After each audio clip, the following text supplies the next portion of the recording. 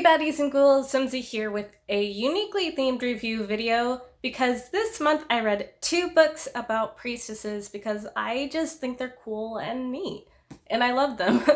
So the first one, Star Eater, actually is coming out this month, and then the second one, The First Sister, I believe came out last year, but it has a sequel coming out later this summer, so I wanted to catch up on the series, so I went ahead and read that. Okay, so let's get into the first book, Star Eater. So I first heard this pitched as a story about cannibal priestesses. Hello, yes, and then like the blurb sounded amazing.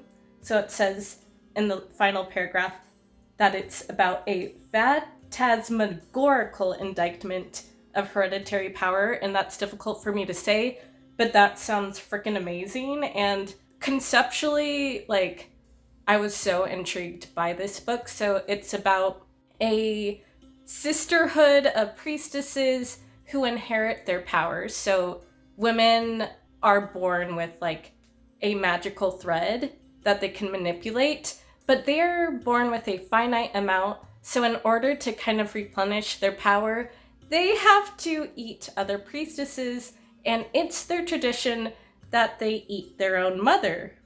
So happy Mother's Day, everyone. That is the ultimate sacrifice for a mother to make. Just feed their children with their own bodies. Yeah, that's morbid. And kind of going off of that, if you didn't pick up on it, only women are a part of the sisterhood, because when men come in contact with the thread, that power drives them insane. So when there's certain activities and when there's certain intimate contact, it passes on to them and they go mad and they go crazy and they turn into kind of these zombie haunts that are flesh-eating monsters and start eating people. So you can imagine this whole system, this setup with the sisterhood kind of sucks. And people are starting to plot a rebellion, and they approach our protagonist, Elfrida, and ask her for help to kind of do espionage and sabotage and stuff like that. And overall, the premise, yeah, sounds so cool when you hear about it. However, for me, the execution really fell flat.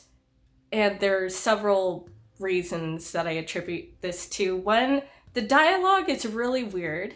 So especially when Elfrida is like talking to her casual civilian friends, and I'm honestly surprised that she has civilian friends because you'd think people would just be afraid of her because she's a cannibal priestess.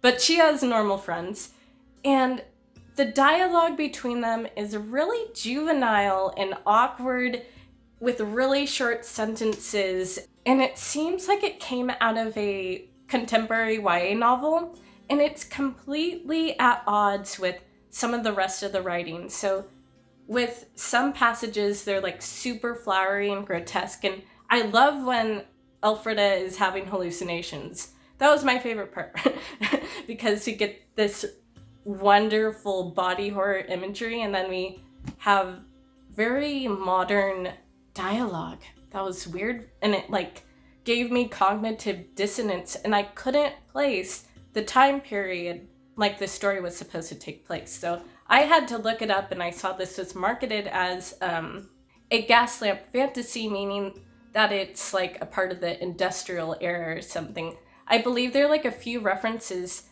to like lamps and stuff, but my issue is there's like no sense of like time period or setting or world building. Like, it's not until like 2/3 of the way through that we find out that the city is floating in the sky. Like, what? Nani, what? No one thought to mention that previously. You'd think like one citizen would make a comment, or there'd like be an awareness that they are floating in the sky, and what's around them we don't really know for most of the story. And also, what bugged me is that there wasn't really world building in regards to the religion. Like, we didn't get origin stories or much lore about the Star Eater goddess that they worship, or like much about their religious creeds. And you think that in a caudal priestess of a religion, that would be like an everyday ingrained occurrence. And there's just this overall lack of believability in the world. So when we got to the end and reached like these earth-shattering revelations that were theoretically supposed to blow our minds, like, they didn't surprise me because the world building wasn't really established in the first place. Like, yeah, it was a dud to me. It was a bummer because it had so much potential and I wanted to love it so much. It's just that the world building needed to be fleshed out more. Yeah, this was a disappointment to me, and I just feel like the Hercules meme with disappointed, and this comes out of a place of wanting to love it. I don't like to just insult books because I want to enjoy the story I'm reading. But if you are looking for a story about a floating city with wonderful, wonderful world building, I would strongly recommend The 100,000 Kingdoms by N.K. Jemisin. Like, she knows how to create origin stories and myth and weave it in to create this really like immersive world. And that's what I wanted with this one, but I did not get. But okay, moving on to the second book that I had a much better, happier reading experience with.